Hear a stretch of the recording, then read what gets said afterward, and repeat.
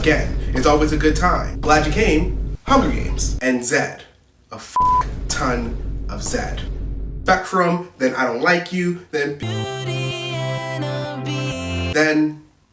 Clarity happened. Selling 2.3 records and topping the charts in the process, the Fox-assisted track went plat with one feature and to this day still is Zedd's most successful song. And then on September 10th, 2013, on the re-release of Clarity, he dropped his best song.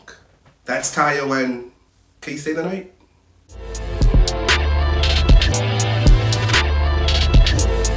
Hayley Williams, our favorite introvert, doesn't mind. You can kill the lights and she'll draw the blinds. Her red bob urgently begging you not to dull the sparkle in her eyes. Look into my eyes. Patreon. Her despondent stare masks an ulterior motive. The piano keys wandering aimlessly in the mix, Williams is in a similar state. Lost in her regretful passion and relentless pursuit of something she knows is doomed to fail even before she speaks it. Can You Stay the Night?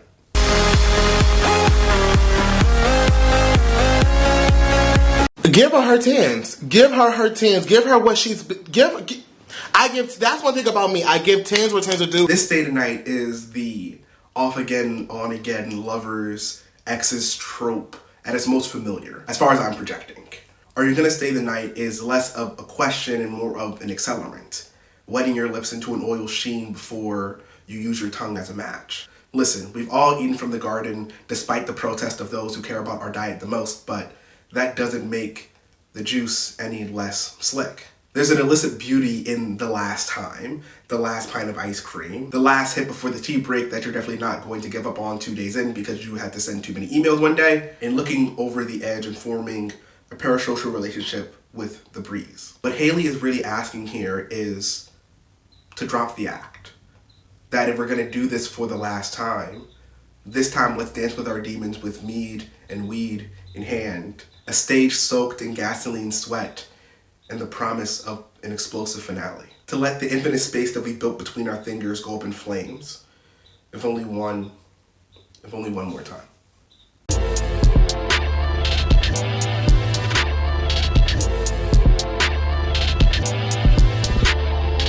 Thomas Randolph Bell, Jamaican-born record producer, is best known as one of the forefathers of the Philly soul sound of the 1970s. After a successful stint producing for the local band, the Delphonics, he directed his hypnotic, honey-dripped production style to provide ballads for Ovcode Records' recently signed Philly troupe, the Stylistics, principally for frontman Russell Tompkins Jr., who, while Bell was generally unenthused with the rest of the band, felt that Tompkins had superstar potential embedded into his nasal high tenor and dizzying falsetto. Only you care when I needed a friend. Believed in me through thick and thin. Benson would soon team up with songwriter Linda Diane Creed, another Philly native whose accolades include writing a #2 charting single with George Benson by way of The Greatest Love of All, inevitably being re-recorded by Whitney Houston for her 1985 self-titled debut, going #1 on the charts just weeks after Creed lost her battle against breast cancer at the young age of 37. Originally titled Keep Growing Stronger, the Stylistics recorded a more successful cover version in '71 as an R&B ballad under the name the song is known best as today, Betcha by Golly Wow. What's crazy is that another version of the song was released by Prince, or the artist formerly known as, on his 1996 album Emancipation. And just under a decade later, these two Hall of Fame songwriters' work would eventually find themselves in the hands of an up-and-coming producer from the south side of Chicago. I worked with Kanye West for the first time, which was really fun. We've been trying to get together to work for a really long time, and this time it happened. We did a song called Stay the Night. The anime villain formerly known as Kanye samples a piano loop from the '71 cover version of the song. You're a genie in disguise. And turns it into the heart of the track.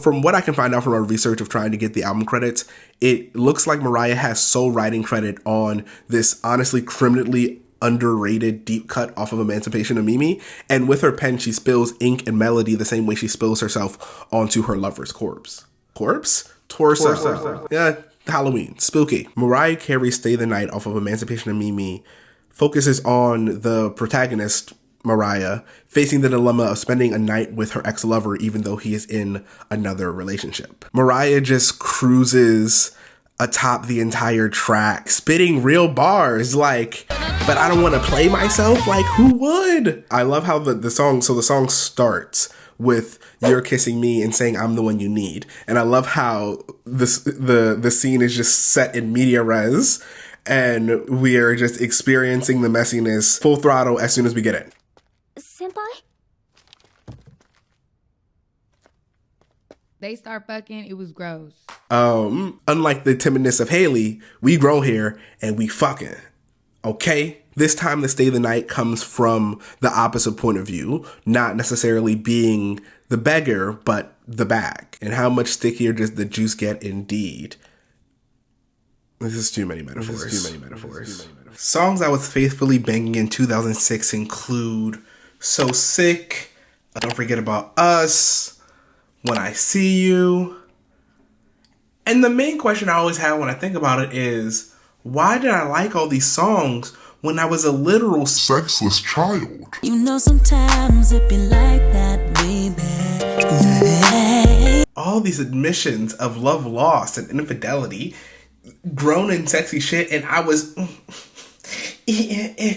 up. In a way, it reminds me of when I was rewatching Ali Sanvia's video about the desire to be sad and how much I kind of resonated with it. I think there is something that I enjoy about getting lost in the complicated messiness of another person and using their catharsis as my own.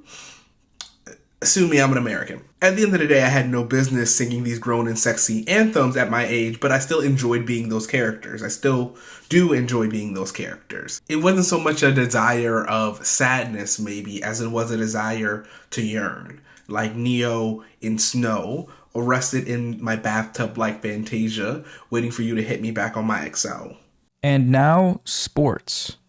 Wait, what is that? What the fuck is sports? 5'5", fancy in the thighs, a lid in the eyes, conjunction shine. Ain't true pride, you know I'm the type, but her too tight. Got a hold for life. Don't mean to cap, but you bad as fuck. How you tricked on my life, can't believe my luck. Making you off like a pair of twists. I'm so childish, cause I'm turning 26. It's Mr. I talk too much. Mr. Don't eat enough. Missing no milk when we cutting up. I just won't cuddle up. I need your schedule, but when are you coming up, coming up? Comfortable in the time we spent. Let's save it for a bit, yeah. I'ma savor it, cause girl.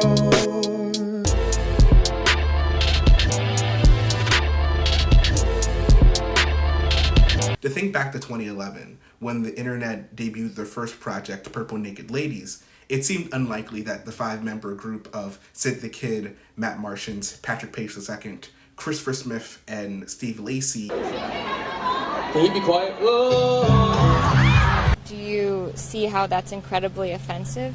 Yes, I do. That's why I said it. Would rise in prominence in the shadow of their leader, Tyler, the Creator's towering enigma. When asked about the likelihood of their success in hindsight, frontman Sid the Kid answered in a Reddit post, "Didn't expect it, but didn't rule it out, and always had hope that we would get the recognition we deserve. Looking back, I think we've always had the recognition we deserved." The internet's 4th studio album, Hive Mind, released in 2018, is deserving of all the praise and all incoming praise thereafter. There's an undeniable air of maturity spilling from every aspect of this project. The storytelling from Sid and Steve Lacy, who were the main songwriters, are as strong as ever and shows the lessons that they've taken, as well as the other 3 members of the band, from working on their separate projects during the hiatus of their last project, Ego Death, or 2015. This clarity that they end up coming back as a group with translates into every track just shining with these clean and infectious hooks and, more importantly, melting emotional energy. They're good, they're awesome, we love them, we stand black bands in this household.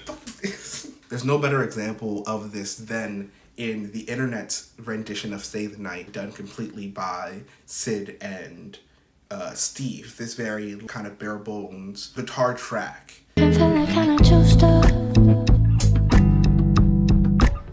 seeing things in a new light.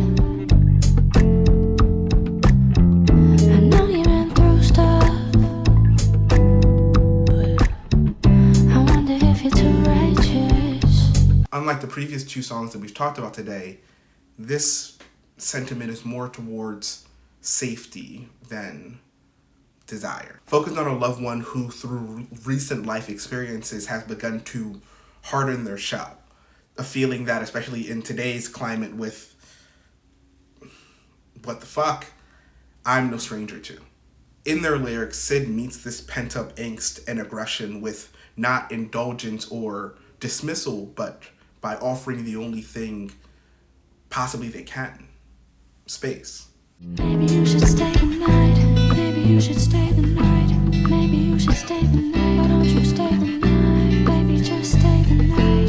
Maybe you should stay the night. Why don't you stay the night? You know it ain't safe outside. You should just stay tonight. I think a lot about how kids growing up in the internet, growing up on Twitter especially, have been exposed to the ugliness of the world at a rate that, and listen, I ain't no doctor, but is probably unhealthy to one's cognitive development and one's mental health in general, right? Even for myself, as I, continue to study and learn more about the world, learn more about my history. I suffer from ugly syndrome, just like many of you. Unlearn perspective that I had ingrained in me from a very young age. The feeling that I keep being met with again and again is anger, honestly. Anger about what is, anger about what could have been, anger about who let it get this way. How did it get this bad? It honestly makes it hard to not be sad, right? Like a latent film of this place sucks.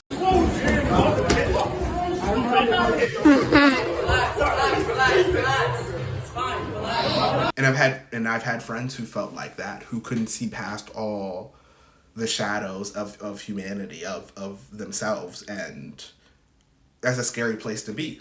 And what's funny is this paradox that all this interconnectivity is the very same thing contributing to, in my opinion, my generation being called the loneliest generation ever.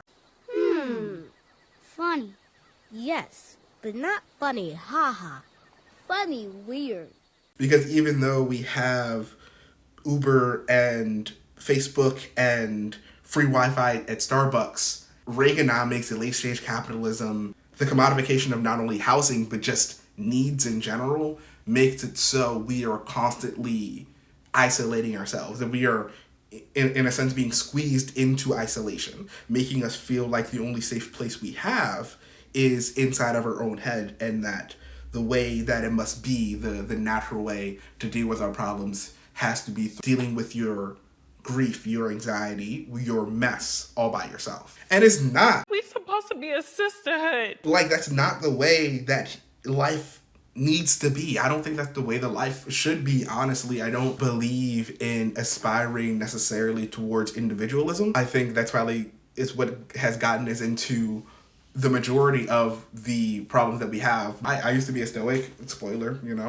and it's very attractive, right? Because at the end of the day, you do feel, and it is true to an extent, right? You are going to always be by yourself. No one is going to know exactly what's going through your head. When you leave this plane of existence, you take everything. So yeah, you die alone, but you live with people, Like, grow up. Life is about connecting with people. It's about humans' greatest trait is our ability to communicate with one another, and it's spurred on by the fact that we are nothing without one another, right? We are too small, too weak individually. The only reason why we are at the top of the food chain is because we have a tendency towards congregation, towards collaboration. So what I think that actually means is that part of being a human is making sure you're participating, engaging, improving with a support system, ensuring that you have a support system, but being the support system for the people that support you, And through the compassion and empathy that act generates, that is what makes life worth living. And while it's important to keep everything in perspective and to understand that we can definitely hold, systemic issues that need to be solved in our head at the same time of working on organizing more local action, It's also just harder when you're younger. Your brain, you're not even a person yet. Your brain is literally still smooth. I'm nodding like I understand, but I'm not so sure I do. So we're made to feel like our mind is the only place where we have a safe space to be ourselves, and that's supposed to be normal, and it's not. Go talk to somebody. I can't count the number of times in my adolescent life that I was saved by a coach or a friend or a mentor telling me that I should just take a beat. That rage is a sweet liquor but has a bitter aftertaste. It is not something that you give into. It swallows you whole and bites the bones. So the best solution is to give it something. Time to process your emotions, your perspective to people that care about you. Race to the universe for trying to nigga yet another time. Give it the night to think about it. I wanted to end on this song because it was the softest of the trio. Not a shout or a plea, but a lifeboat for the future. An attempt to keep infinity intact by caressing another body still. This Stay the Night is more like a weighted blanket than reckless abandonment, holding you warm like an oat-wrinkled woman waving you in from the stoop. The simplest tasks are often the hardest to keep. I can't promise you that I'll be there tomorrow. Sometimes I don't know if I'm even here right now. But something tells me that spending a half hour, an hour here with you is a sneaky way to steal back some time. Of making tomorrow, with all of its vice and violence, a little harder to get to. Maybe if we stay here, it'll never come. Because that's the thing. We all want forever. But I'll settle for the night. Thanks for watching. If you made it this far, you deserve a really good hook from someone this week, if you're into that sort of thing. Music essays are probably my favorite form of literature. It's how I think I started figuring out that I liked writing, and I just like the fact that you can lure people in with nostalgia and beats, and then once you have them, you're venting at them. I make a lot of playlists. I'm like a serial playlist maker, mostly because I just like naming playlists like really weird names, like I'm sad now dance. Oh, ear nut. That's a good one. Anyway, I was working on another playlist and I needed to add Mariah Carey's Stay the Night into it, and I was playing it and I just kind of let the Spotify player just keep playing on, and then I realized I knew the next two songs that were also called Stay the Night, and I found that so interesting, and I love sort of weird idiosyncrasies like that. So I thought it was cool and I wanted to share it with you. And I hope you took something from it. What are some of your favorite songs that share the same name, and what memories do they bring up for you? Let me know in the comments below. Maybe we can make like a Color Mind community playlist or something. Speaking of community, I wanted to kind of talk about some of the comments that I got on the crying video, which, you know, we got a really good reception. Thank you guys so much for watching it and for sharing it, but I didn't ask for y'all's permission first, so I don't want to put y'all on blast without y'all knowing that I would like to talk about some of the comments, so I'm here for that consent now. Give it to me. So yeah, let me know about your favorite songs, and maybe we'll talk about them in the next episode of Color Mind.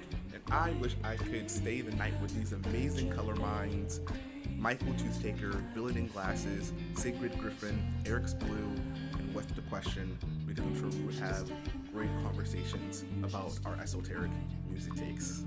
If you would like to join these Color Minds, feel free to contribute to the Color Mind Patreon. I'm gonna get better at pitching that, but it's a great way to help me continue to make this and make it to the best of my ability. I do work a regular job right now, but I would love for this to, you know, eventually cover my rent. No more. Let's just start there. You know, actually lower. Cover like gas for the month. That's like what, like $100? Like I kind of would like to get there. So if you would like to help me reach that, so I can continue to make rambling videos about really good songs, go to the background.